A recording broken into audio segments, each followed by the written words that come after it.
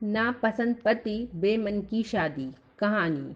Office से आते ही अमर ने अपनी पत्नी शोभा से पूछा, आज क्या बना रही हो?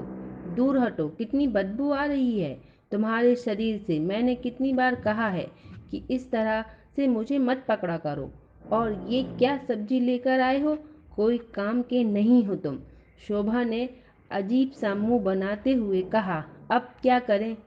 जब मैं घर आ रहा होता हूँ तब सारी सब्जी वाले बेचकर अपने घर जा रहे होते हैं और जो बची कुची सब्जी मिलती है ले आता हूँ। छी, मन तो करता है सारी सब्जियाँ उठाकर फेंक दूँ। भुनभुनाते हुए शोभा बोली, जा रही थी। अच्छा, तुम अपना जी मत जलाओ। कल से ऑफिस जाते वक्त ही ताज़ी सब्जियां ले लिया करूँगा। शोभा और अमर की शादी को 3 साल बीत चुके थे, पर शोभा आज तक अमर को दिल से अपना नहीं पाई थी। वो अमर जैसा एक मामूली इंसान नहीं चाहती थी।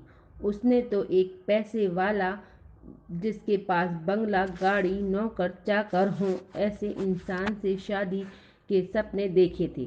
रामेश्वर जी इसी गांव के स्कूल में एक टीचर थे और अपनी औकात के अनुसार उन्होंने अपनी बेटी शोभा की शादी इसी गांव के एक अमर से कर दी थी।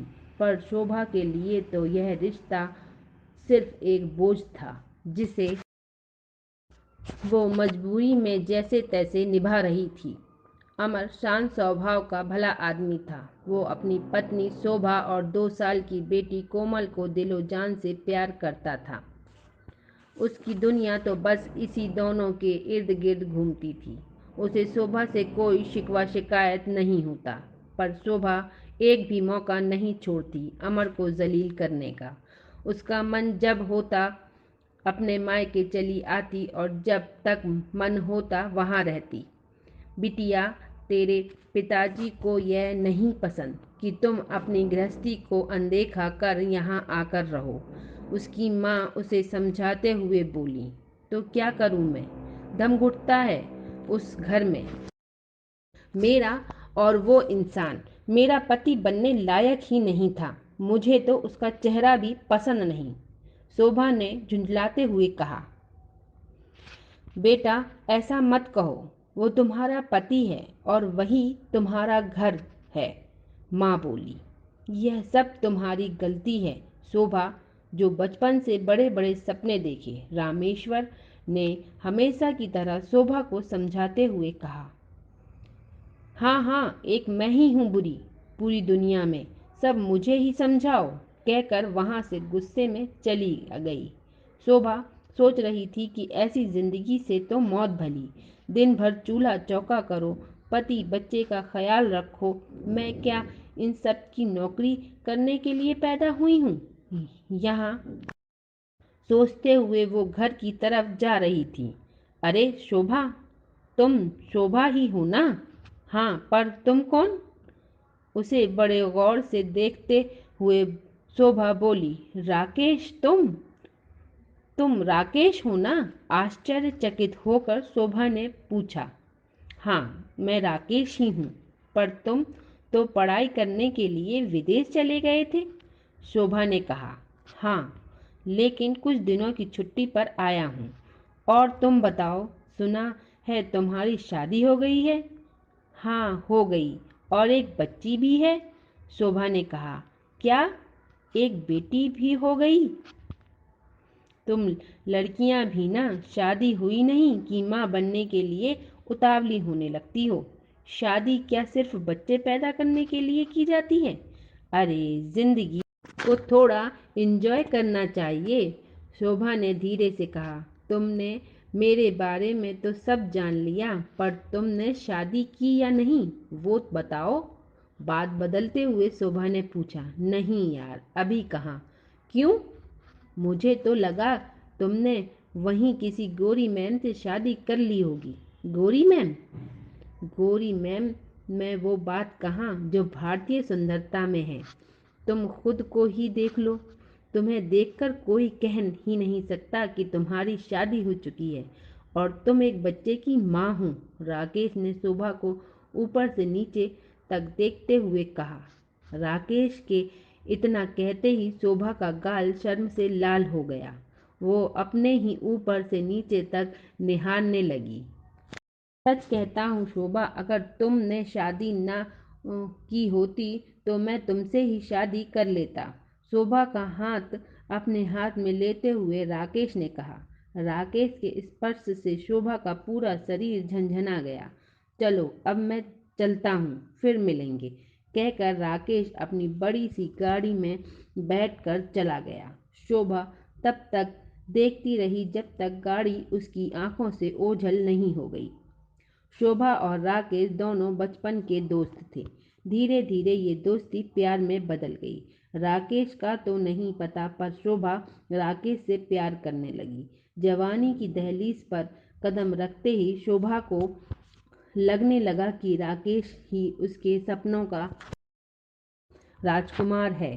पर राकेश ठहरा इस गांव के बड़े बाप का इकलौता बेटा। उसके माता पिता ने उसे आगे पढ़ाई करने के लिए अमेरिका भेज दिया और इधर शोभा की शादी कर दी गई। शोभा के सारे ख्वाब धरे के धरे रह गए।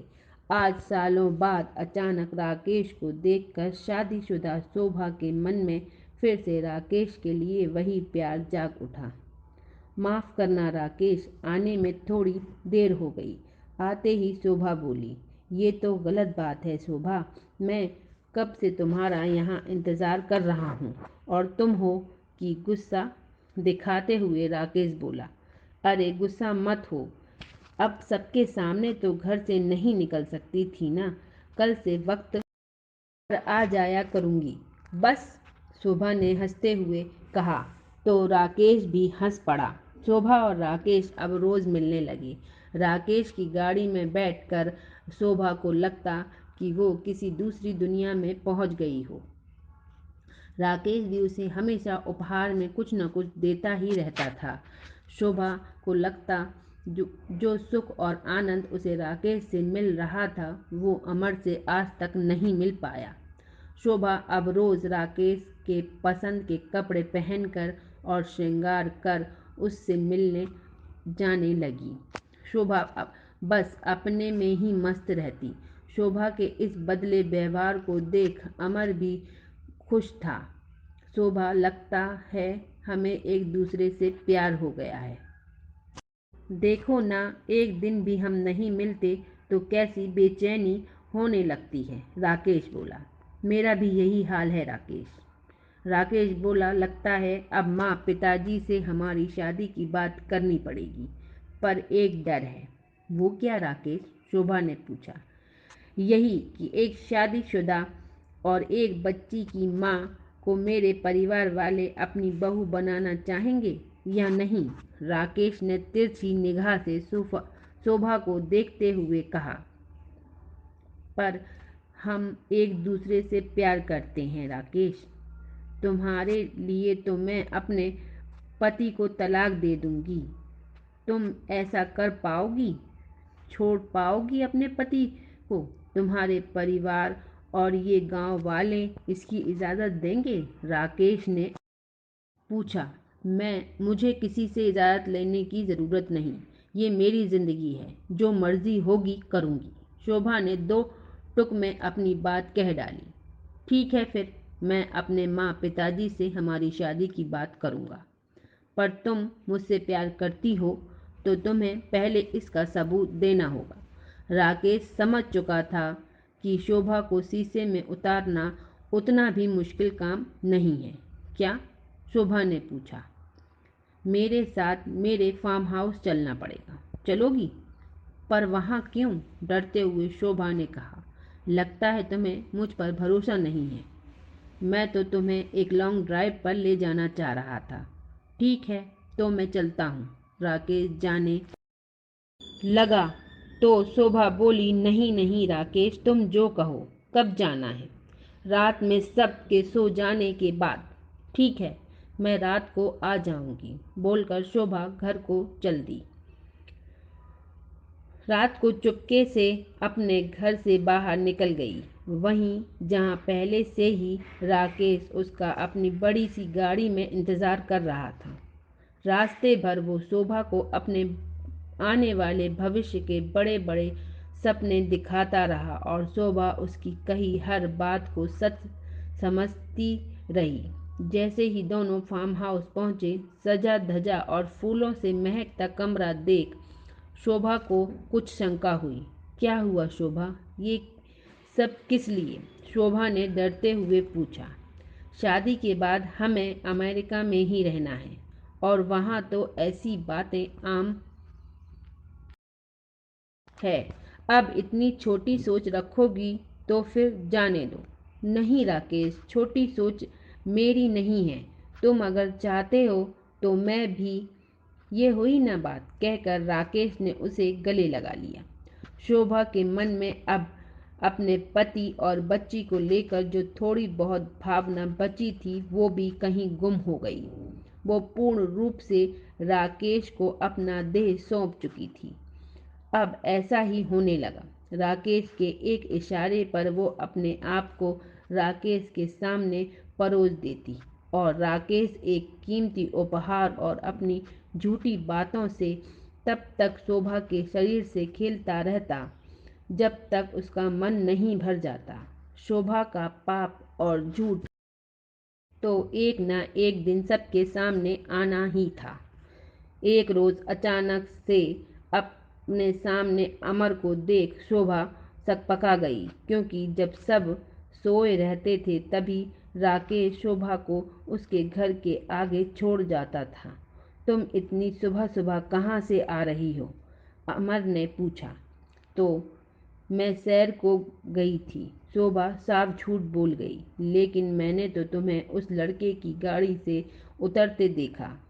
बोलो, चुप क्यों हो? क्या बोलूं और क्यों बोलूं? और तुम होते कौन हो मुझसे इस तरह से सवाल पूछने वाले? बहुत ही गुस्से से शोभा ने कहा और अपने कमरे में चली गई। अमर कितनों के मुंह से सुन चुका था कि आजकल शोभा किसी लड़के के साथ उसकी गाड़ी में घूमती फिरती रहती है। शोभा के पिता ने उसे कितनी बार डांटा भी था। एक रात अमर ने शोभा का पीछा किया और उसने जो अपनी आंखों से के सामने देखा उस पर यकीन करना उसके लिए इतना आसान नहीं था और अमर ने सारी बात उसके घर बताई। दोनों माँ बाप अपनी बेटी की करतूतों पर शर्म से गड़ गए, मगर शोभा को कोई फर्क नहीं पड़ा।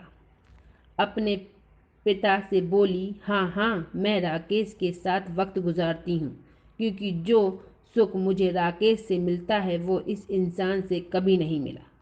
इसकी औकात क्या है? अरे अमर जैसों को तो वो अपने घर में नौकर भी ना रखे। सुन लो आप लोग, अब मैं इस इंसान के साथ नहीं रह सकती। मुझे इससे तलाक चाहिए, जितनी जल्दी हो सके। अमर शोभा को देखे जा रहा था। उसकी बातों से भीतर ही भीतर अमर के दिल में एक शूल सा धस रहा था।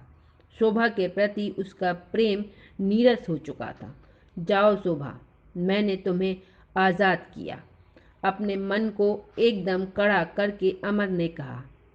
ये क्या कह रहे हो अमर बाबू? शोभा के पिता ने आश्चर्य से कहा।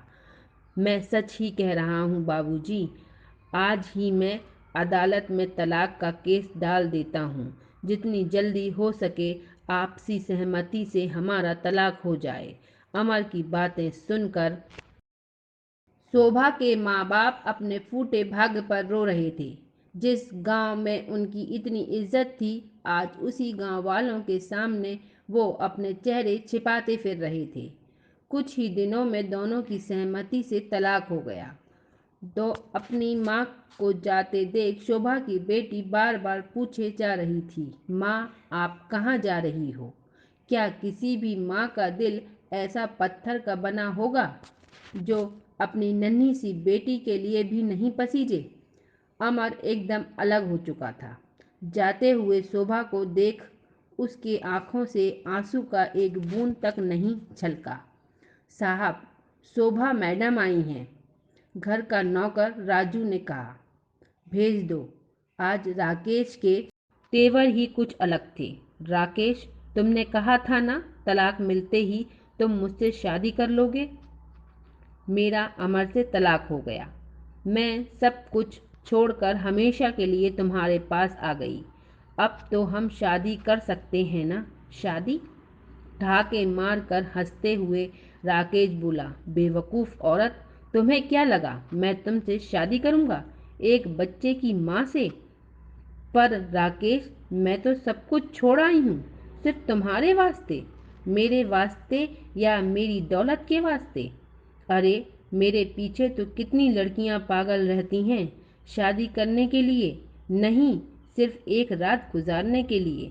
तुम अपने को भाग्यशाली समझो कि मैं तुम्हें मेरे साथ कितनी रातें गुजारने का मौका मिला। राकेश की बातें सुन शोभा हैरान थी। राकेश की कही एक एक बात जैसे उसके कानों में जहर घोल रही थी। राकेश बोला, ना तुम मुझसे प्यार करती थी, ना मैं। यह तुम भी अच्छी तरह से जानती हो। तुम्हें मेरे पैसों से प्यार था और मुझे तुम्हारे इस बदन से। राकेश, तुम ऐसा नहीं कर सकते। तुमने मुझसे वादा किया था कि तलाक मिलते ही तुम मुझसे शादी कर लोगे। मैं अमर को तलाक दे चुकी हूँ। अब मैं कहाँ जाऊँगी? तुम्हारे सिवा मेरा कोई ठिकाना नहीं है।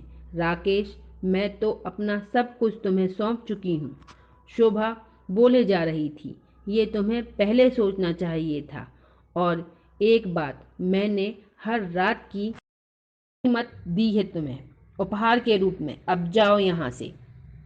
राजू, जब चली जाएं तो घर का दरवाज़ा लगा लेना। राकेश ने अपने नौकर से कहा। जी साहब।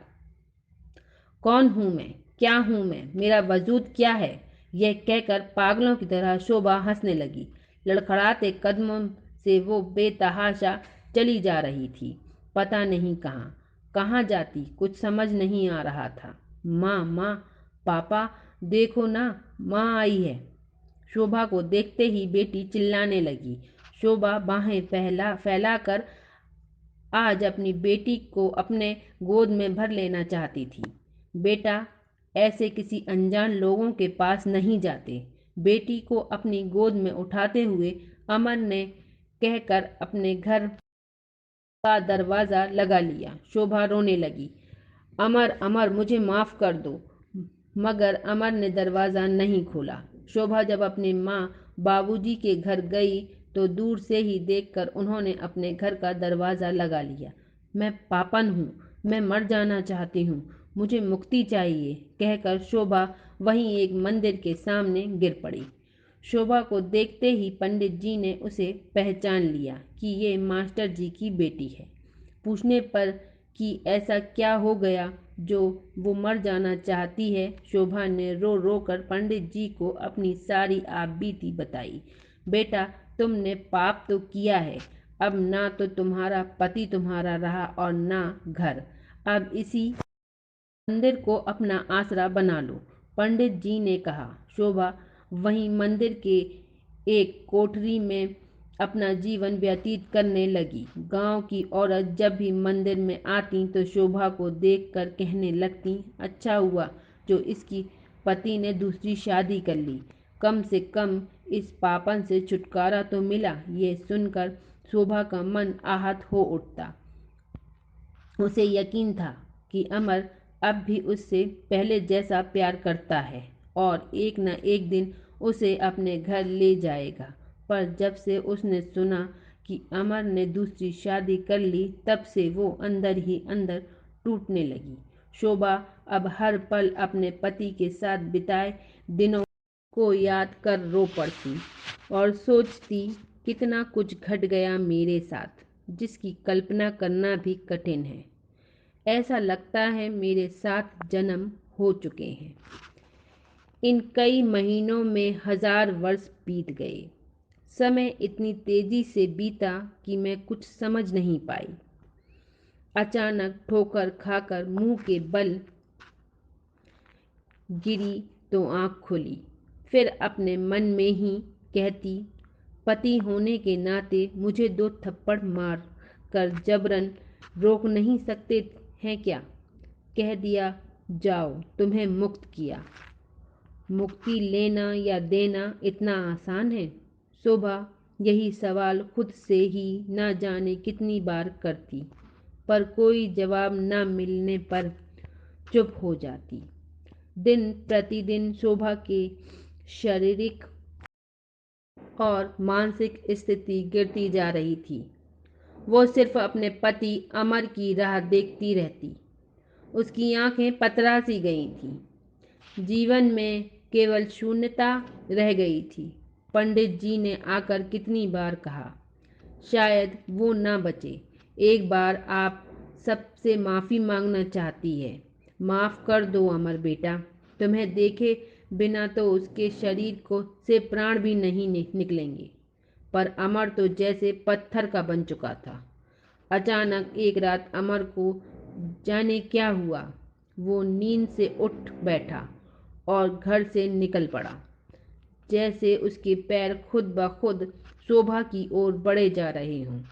देखा तो शोभा खटिया पर पड़ी थी। उसका शरीर कंकाल बन चुका था। वो ऐसे सोई पड़ी थी जैसे मर चुकी हो।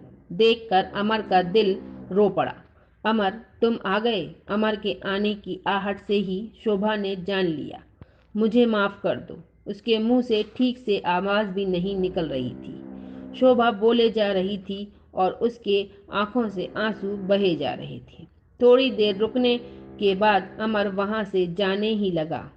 एक आखिरी प्रार्थना।